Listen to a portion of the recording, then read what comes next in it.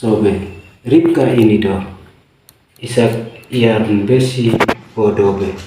Mula-mula firman Allah Mesia Fai Yasau Ros Munisi Maya Panai Saka Suya Radogi Suya Yawa Suba Maya Siom Yasari Yasari Abra. Sore untuk kita sekalian, kami adalah tim penerjemah kitab Bahasa Biak. Nama saya Theo Maropen. Saya dalam tim penerjemah ini sebagai fasilitator atau pendamping bagi tim penerjemah Bahasa Biak. Sesungguhnya penerjemahan Alkitab dalam bahasa Biak ini adalah hasil kerjasama dari Yayasan Kartidaya Sahabat Indonesia.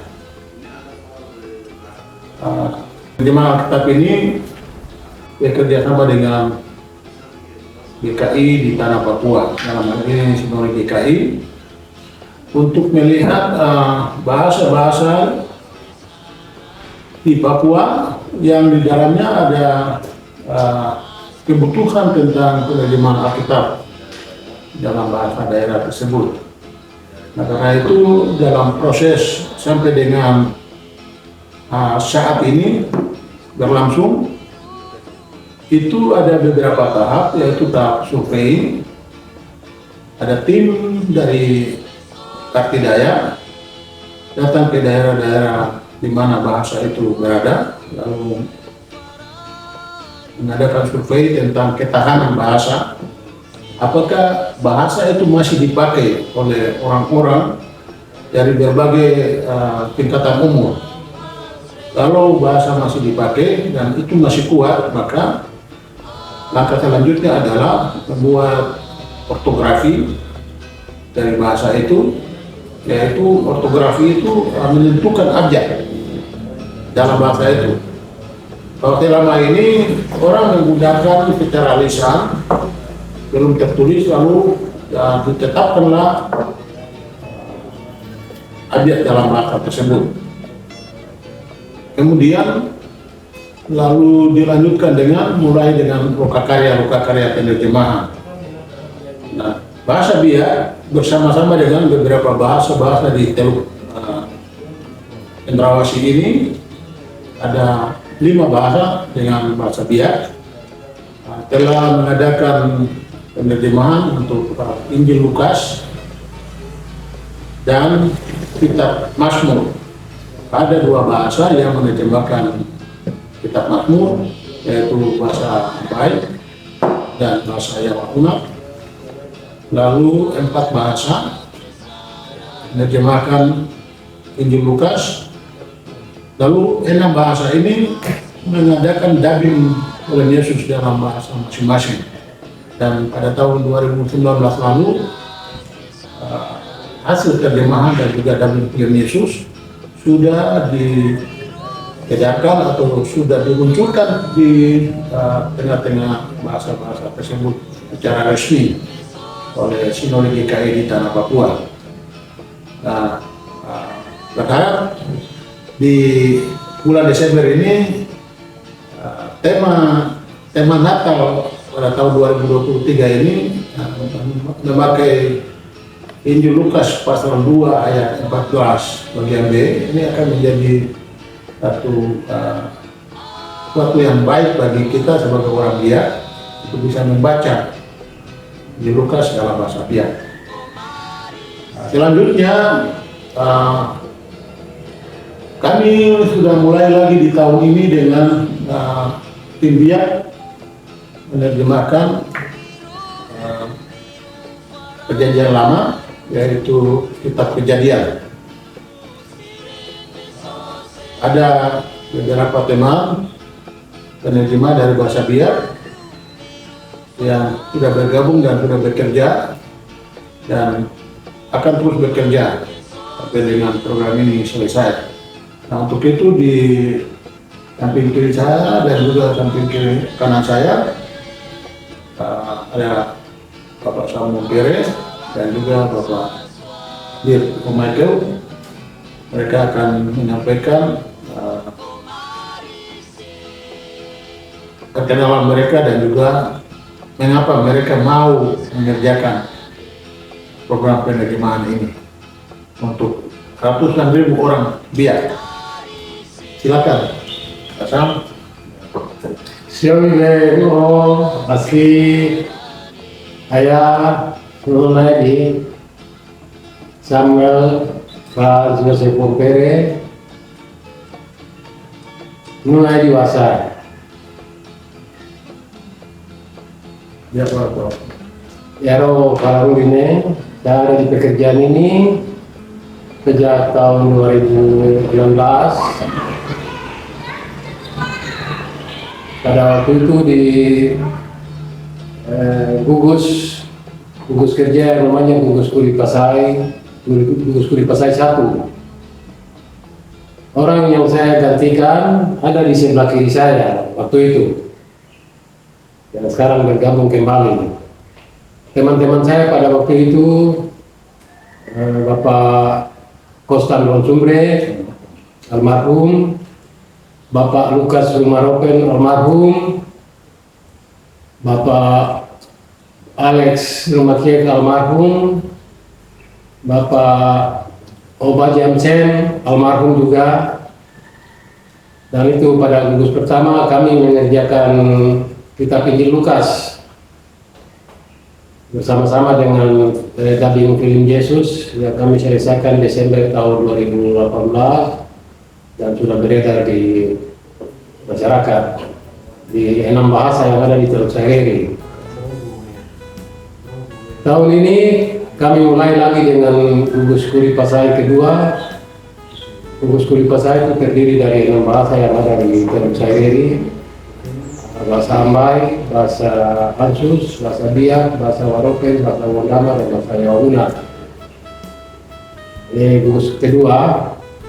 Ketika kami mulai atas usul dari kami dari tim Biak bahwa kami tim Biak sudah punya Alkitab bahasa Biak Perjanjian Baru, dan kami harus sehingga kami digabungkan dengan tim penerjemah Alkitab dari bahasa Ambai dan bahasa Yauna yang pada gugus pertama mengerjakan kitab Mazmur. Kami bergabung untuk mengerjakan kitab Kejadian. Sampai saat ini kami sudah sampai pada Kejadian pasal 26, dan sementara yang dalam konsep yaitu sampai pasal 40 nanti. Ini pekerjaan yang tidak mudah, pekerjaan yang berat. Saya ini ambil satu contoh saja. Saya kalau kerja di kebun sampai sore, pulang di rumah istirahat minum satu gelas kopi satu gelas, itu capek itu hilang. Tapi ketika kerja penerjemahan Alkitab ini dari pagi sampai jam 5 sore, pulang di rumah itu capeknya luar biasa. Capeknya luar biasa, melebihi yang kerja fisik yang lain-lain.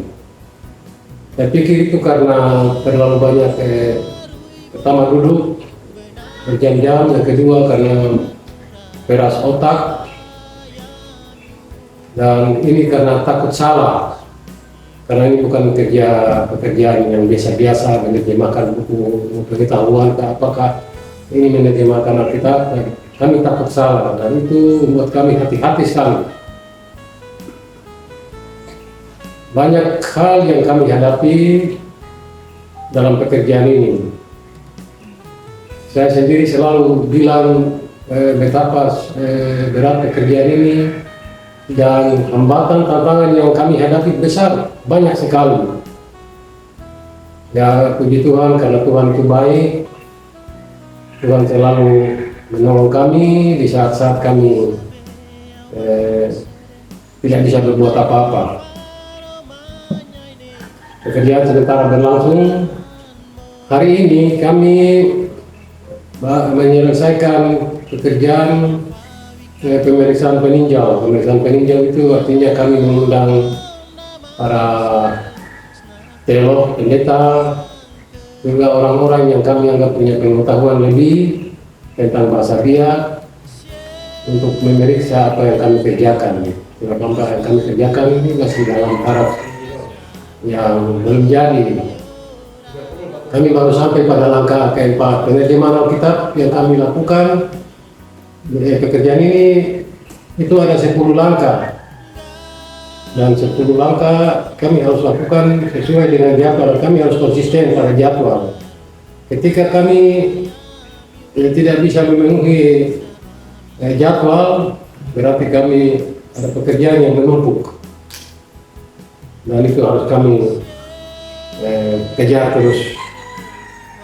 Jadi hari ini kami baru sampai pada langkah keempat, yaitu pemeriksaan peninjau, dan ada langkah selanjutnya lagi. Kami adakan pemeriksaan uji pengertian dengan orang awam, dan selanjutnya sampai pada langkah ke-10, yaitu cetak. Dan itu tidak mudah. Untuk hal tersebut kami memerlukan dukungan doa dan dukungan dalam bentuk apa saja. Dukungan kata-kata itu sudah banyak kami dapat. Dukungan moral, lain-lain sudah mendorong kami untuk bekerja. Dan kami harap semua masyarakat Biak, baik yang ada di 8 klasis, yang ada di 8 klasis GKI yang ada di wilayah Biak ini, Biak Luhur, juga saudara-saudara kami orang Biak yang ada di gereja-gereja lain, juga saudara-saudara kami orang Biak yang ada di mana-mana di Papua ini. Kiranya ada sedikit perhatian, kepedulian kepada kami dalam pekerjaan ini. Kami sendiri tidak bisa berbuat banyak kalau tidak ada dukungan dari orang Biak sendiri. Ingat bahwa bahasa ini sebentar lagi akan punah. Dan satu-satunya dokumen yang akan menyimpan, atau kami sebut saja bejana yang akan menyimpan harta karun ini, hanya Alkitab. Dia akan ada di tulisan-tulisan apapun, kecuali hanya ada di Alkitab. Dan itu yang sekarang kami berjuang untuk lakukan. Berdoa untuk kami supaya kami tetap sehat, karena kami di usia yang sudah lanjut. Kami juga minta perhatian, dukungan dari anak-anak muda. Mudah-mudahan ada yang nanti mau untuk memberikan waktu, tenaga untuk pekerjaan ini. Pekerjaan ini kelihatannya tidak hingar-bingar, tapi ini pekerjaan yang benar-benar punya berdampak kekal, baik bagi kita orang Biak yang masih hidup ini, tapi itu juga berdampak kekal bagi kita di akhirat nanti. Akhir kata dari saya, cukup sekian. Shalom, Asti Bengo. Selamat sore untuk kita semua, terutama bagi mereka yang sementara menonton. Ada satu pertanyaan yang timbul di dalam hati saya dan mungkin juga untuk saudara. Mengapa saya harus bergabung dan ada di tengah tim penerjemahan Alkitab dalam bahasa daerah Biak? Memang menurut latar belakang, saya juga sedikit bergumul dan ikut pendidikan khusus tentang kebahasaan.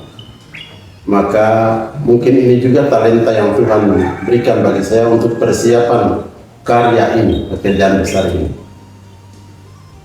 Kita sama tahu bahwa bahasa itu, setiap bahasa daerah itu akan menduduki 3 fase, 3 tingkatan. Tingkatan pertama itu adalah tingkatan yang aman, yang dalam istilahnya dikenal dengan kata safe. Yang kedua itu adalah moribund. Moribund artinya berada di antara safe dan kurang, dengan penutur di bawah 10.000 orang. Yang tahap ketiga itu adalah edan geren. Itu artinya bahasa yang dimaksudkan itu ada di ambang kepunahan. Penuturnya dari 5.000 ke bawah. Dan bahasa Biak ternyata ada di bagian yang ketiga ini. Diperkirakan kalau tidak dilestarikan, maka 3-4 angkatan ke depan dia akan punah dan ya mati. Padahal kita sama tahu juga bahwa bahasa adalah satu identitas atau jati diri suku dan bangsa. Jika bahasa kita, bahasa Biak itu sudah diambang kepunahan, kemudian kita tidak melestarikannya, maka jelas bahasa kita akan punah dan angkatan penerus kita, angkatan yang berikut pada tahun-tahun mendatang yang akan ada semuanya berbahasa Indonesia.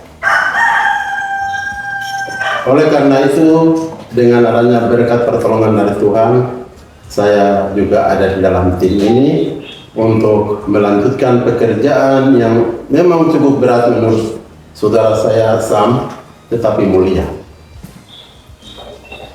Saya mau berpesan juga secara khusus bagi adik-adik dan anak-anak saya yang di bawah umur saya, di tengah sibuk dan kerja, marilah kita mempertahankan bahasa Biak sebagai jati diri kita, supaya bahasa ini terus hidup dan lestari. Sebab jika tidak, maka kita akan jadi sesuatu suku bangsa yang hanya tinggal kenal. Saudara, pekerjaan ini masih berlanjut dan kami sangat mengharapkan penerus-penerus dari angkatan-angkatan berikut, sebab perjalanan kami masih jauh dan semakin kami berjalan, kejatuhan atau yang mundur akibat dipanggil Tuhan dalam pekerjaan ini masih banyak dan akan bertambah banyak, seperti yang tadi Pak Wompere sudah hitung satu persatu. Yang tertinggal rumah kami yang ada ini dengan saudara kami ada 2, satu di Biak Barat, dari Sowek untuk perwakilan Supior Selatan, dari Biak Timur mewakili mereka yang dari Biak Timur, dan Biak Barat juga ada, dan kami bertiga ini adalah ya Biak Utara alias Varnava. Untuk itu mari saudara-saudaraku yang terkasih, mari kita sama-sama melanjutkan dan melestarikan bahasa kita, karena itu adalah karunia yang sangat mulia diberikan oleh Allah untuk kita boleh memuji, memuja dan memuliakan Dia dengan bahasa pemberian kita sebagai jati diri dan pribadi kita. Demikian yang dapat kami sampaikan, dan shalom, sampai ketemu di lain kesempatan. Sioi Aski Demo. Ya, saya tambah sedikit mengenai kebutuhan penerjemahan ya. Bukan hanya setelah buku jadi, tapi supaya suku Biak juga bisa memberkati suku-suku yang lain. Sebagaimana seringkali kita sebagai orang Biak yang menerima pertama Injil Kitara ini, pergi, orang-orang tua pergi dan melayani di pelosok-pelosok tanah Papua ini. Juga sebagaimana Otto dan Geisler yang berangkat dari negeri Belanda atau Jerman ke tanah Papua karena kasih mereka kepada orang Papua. Nah, masih banyak suku-suku yang menunggu tentang kedatangan orang-orang yang membawa kabar baik. Nah, pada kesempatan ini saya menantang anak-anak muda untuk bisa bergabung. Nah, dalam hal ini saudara boleh, kami tidak melihat dari latar belakang pendidikan teologi, tapi kami melihat dari kemauan dan penyerahan diri untuk mau mengambil bagian di dalam pekerjaan penerjemahan Alkitab. Adik-adik atau laki-laki perempuan boleh menghubungi kami untuk bisa mengikuti lokakarya atau juga pelatihan mengenai linguistik di Yayasan Kartidaya Sahabat Indonesia, berkantor di Jakarta dan kantor perwakilan di Sentani.